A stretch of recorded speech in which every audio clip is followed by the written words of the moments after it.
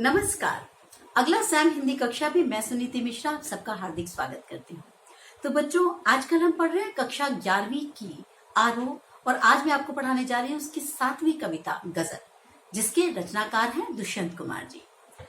तो बच्चों, ये जो गजल है ये इसका गजल संग्रह है साए में धूम। ये वहां से ये गजल संग्रह लिया गया है। इसमें क्या बताया गया है कि कवि जो है राजनीतिज्ञों के झूठे फायदों पर व्यंग करता है।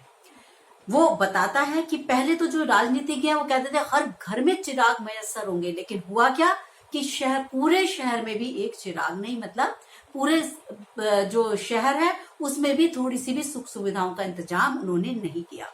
कवि वो ये भी बताता है कि कवि को पेड़ों के साए में भी धूप लगती है, यानी जो आश्रयदाता है वो लोग भी जब कष्ट देने लगते हैं, यानी इतने सारे संस्थान खुले हुए हैं जो धार्मिक या आप कह लो एनजीओ वगैरह, उसमें क्या हो रहा है, उसमें भी क्या जो बचाने के लिए लगाए गए थे लोगों को, बच्चों को, वे ही उनका शोषण करने में रत हो गए हैं। तो इस प्रकार से जो कवि है, जो हमारे गजलकार है दुष्यंत जी, वो एक एक जगह पर जो राजनीतिज्ञ है, सत्ताधारी हैं, उनको चुनौतियां देते इस गजल में दिखाई देंगे। तो आइए पढ़ते हैं।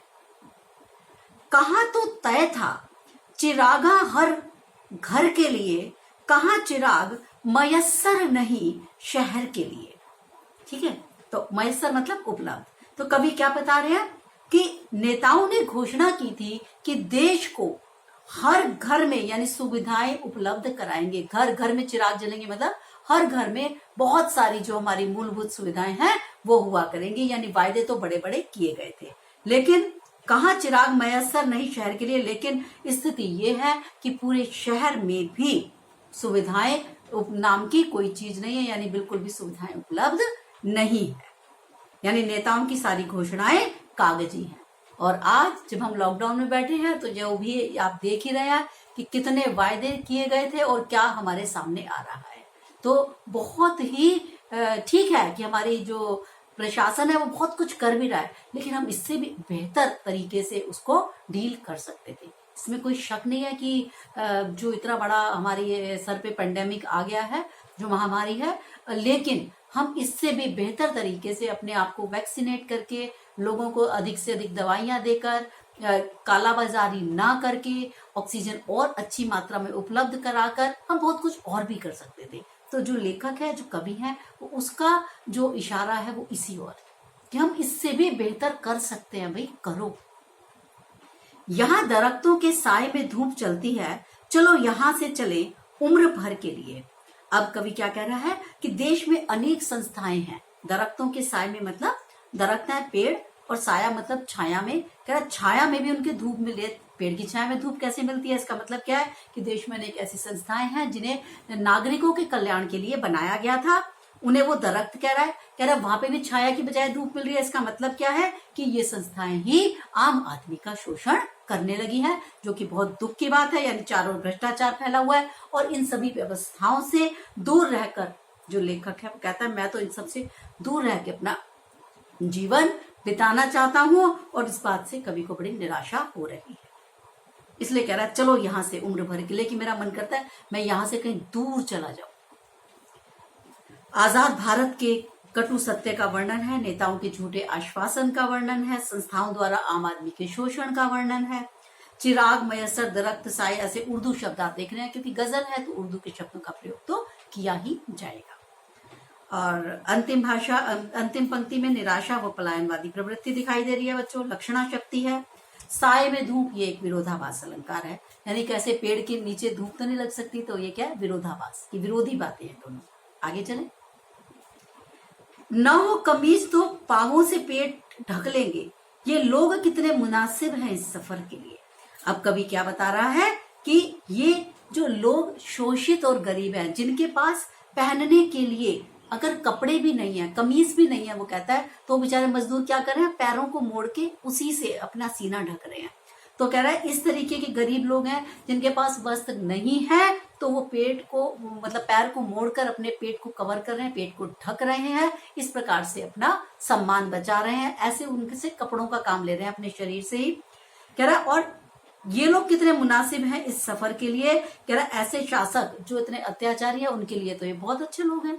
क्यों? क्योंकि उनको तो ऐसे ही लोग चाहिए जिनका वो शोषण करते रहें और वो अपना शोषण करवाते रहें।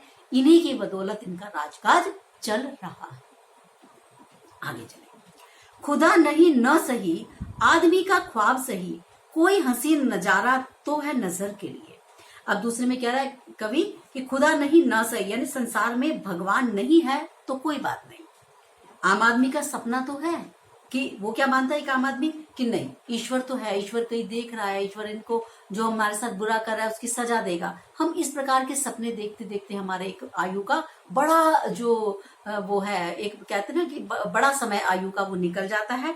तो कह रहा है इस कल्पना के जरिए ही आकर्षक दृश्य देखने को मिल जाते हैं और इसी प्रकार से जो एक गरीब आदमी है, एक शोषित आदमी है, उसका जीवन चलता रहता है। तो यहाँ पर कवि ने क्या कहा, भारतीयों में विरोध भावना करना होना, खुदा की कल्पना करके वो प्रसन्न हो लेता है।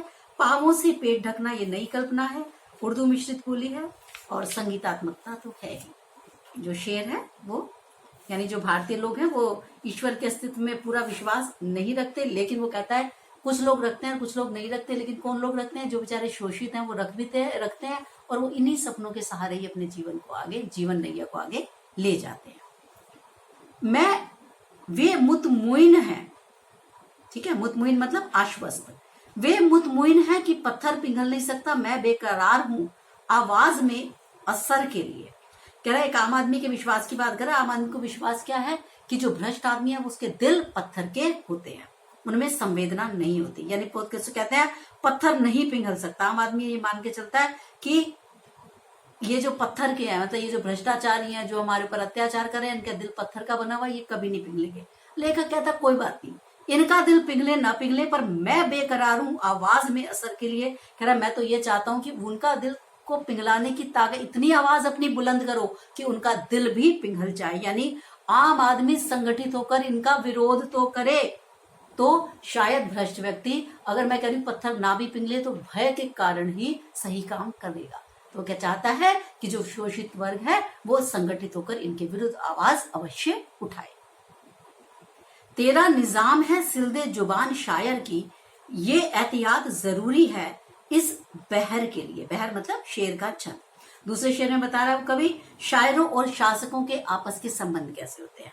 कह रहा शायद जो सत्ता के खिलाफ लोगों को जागरूक करता है उससे सत्ता को बड़ा खतरा होता है, क्रांति का खतरा लगने लगता है, और वो स्वयं को बचाने के लिए शायरों की जबान अर्थात कविताओं पर प्रतिबंध लगाने का काम भी कर देता है। प्रतिबंध तो आज आप देख ही रहे हैं, आजकल कितना प्रतिबंध हो गया है ना। ये कुमार विश्वास की कविता याद आ गई मुझे, आपको ये गजल बताते बताते कि सूरज पर प्रतिबंध अनेकों और भरोसा रातों पर, नयन हमारे सीख रहे हैं हंसना झूठी बातों पर। तो सूरज पे तो लाखों पैरे लगा दिए हैं। सूरज पर प्रतिबंध अनेकों और भरोसा रातों पर। रातों पे लोग भरोसा कर रहे हैं, गलत लोगों पे लोग भरोसा कर रहे हैं। नयन हमारे सीख रहे हैं हंसना झूठी बातों पर। तो हम झूठी बातों पे हंसना सीख लेंगे तो हम भी सत्ता के लोगों के प्रिय हो जाएंगे।